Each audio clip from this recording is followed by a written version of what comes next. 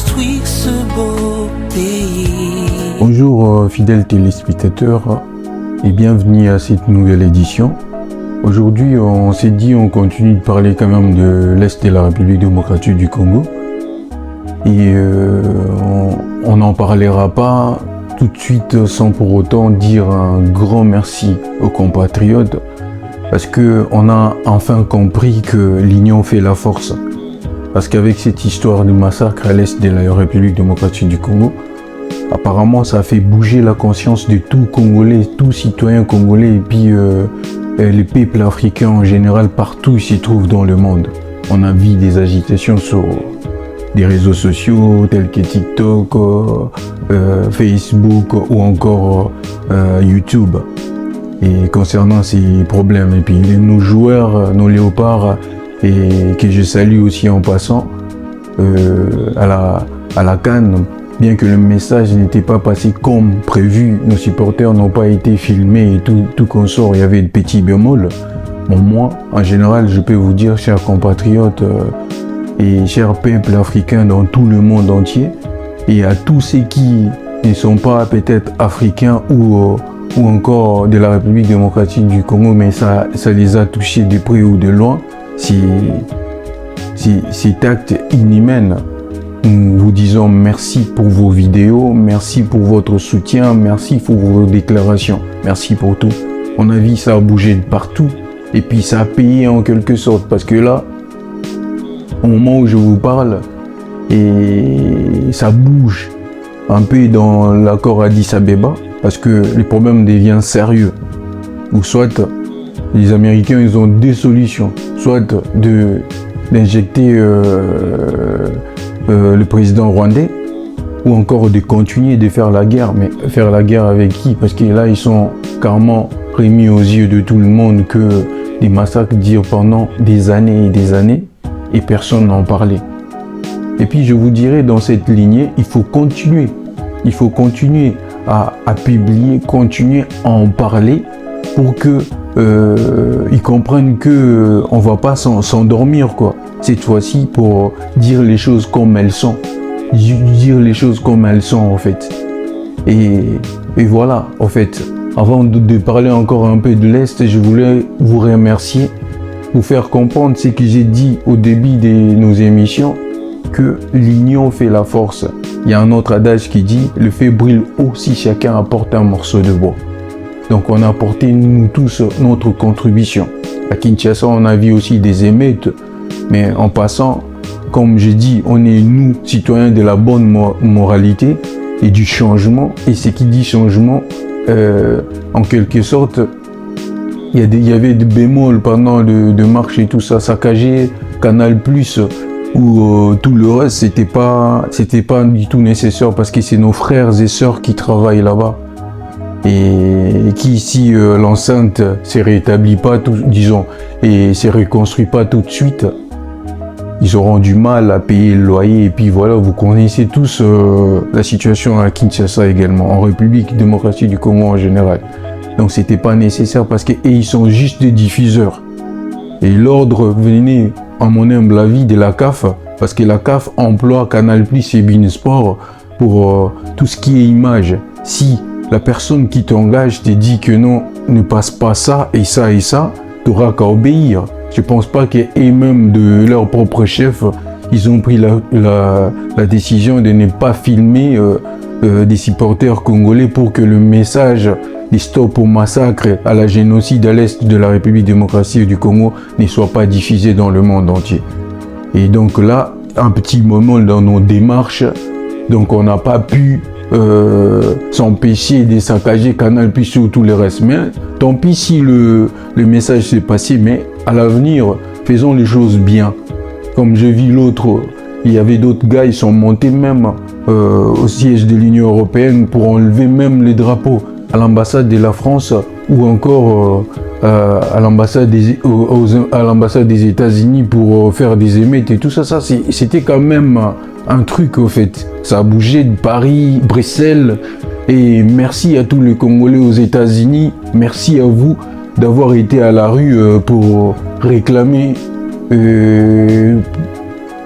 le sang de nos frères versé à l'est de la République démocratique du Congo. Mais aujourd'hui, on va encore essayer de parler à l'Addis Abeba et le président sud-africain était vraiment remonté parce que des soldats que vous avez entendus tous sur la toile sud-africains assassinés à l'est du pays, ils ont été attaqués à leur propre campement en fait. C'était pas au front. Donc du coup, il a exposé le problème et c'est raison pourquoi il soutient la République démocratique du Congo parce que, entre guillemets en parlant, les Sud-Africains en République démocratique du Congo, ils sont les premiers exploitants d'une manière normale, pas comme le Rwanda, de nos matières premières. Donc les sous-traitances, ils ont en compagnie des sous-traitances en matière première en République démocratique du Congo. En quelque sorte, cette guerre de l'Est de la République démocratique du Congo, et aussi ils sont pénalisés en quelque sorte. D'où la raison aussi, bien qu'elle est politique, elle est aussi ça avoisine également aussi cette douleur de voir l'autre souffrir pour ceux qui méritent même pas en fait. Si on avait provoqué ou fait quelque chose en retour, on pouvait dire en contrepartie, ils sont en train de payer ce qu'ils ont sémé. Mais là, c'est carrément injuste. Injuste encore, on voit à l'Union européenne, un député belge, il a dit si haut. Il y a quelle différence entre les Congolais et les Ukrainiens? C'est pas pour autant dire qu'on a des problèmes avec des Ukrainiens, mais on voit là... on voit là des résolutions à des poids, des mesures. Pourquoi les Ukrainiens, ils ont le soutien de tout le monde, mais non pas la RDC, mais la guerre a débuté à cela depuis des 30 ans aujourd'hui. Et on crée un groupe de milices. Avant, c'était les FDLR. Après les FDLR, quand ils ont un peu atténué avec l'effort, en fait, en quelque sorte, c'est un peu, ils jouent un truc de souris, en fait. Il te gratte un peu, il te souffle en même temps. Parce que quand il y avait les FDLR, je me rappelle à l'époque, j'étais encore à Kinshasa, ils ont envoyé l'effort, les États-Unis ont envoyé l'effort, et puis voilà, il y avait plein des armées étrangères qui étaient là, pour atténuer un peu la guerre à l'époque où encore Joseph Kabila était au pouvoir. Ils ont un peu affaibli la force de rebelles, et puis la paix est revenue pour je peux dire, en temps partiel, quoi. Après quelques temps, l'M23. Donc à chaque moment, en fait, là, moi, ce que je vais interpeller juste aux autorités, c'est que moi, je comprends pas particulièrement comment se fait-il que un pays où vous vous faites massacrer, mais le même pays, il y a toujours notre ambassade. Il y a des gens qui manifestent pour que l'ambassade française ou encore des États-Unis quittent la République démocratique du Congo parce qu'ils sont derrière le Rwanda. Mais notre ambassade à nous continue à fonctionner. Oui, j'ai dit merci parce qu'ils étaient encore ouverts, qu'ils ont pu sauver Héritier Luvumbu, le joueur qui a fait la célébration, en fait l'histoire que vous connaissez tous, au Rwanda. Mais comment ça peut... Donc, en fait, moi, je sais que quand vous êtes en guerre ou un pays, vous êtes en conflit, c'est qu'il faut faire au préalable, c'est quoi? Fermer l'ambassade, rappeler tous les corps diplomatiques au pays. Mais c'est ce qui n'était pas le cas. Et au jour d'aujourd'hui qu'on parle, il y a toujours notre ambassade qui fonctionne bel et bien au Rwanda. C'est que moi, je comprends pas du tout, en fait.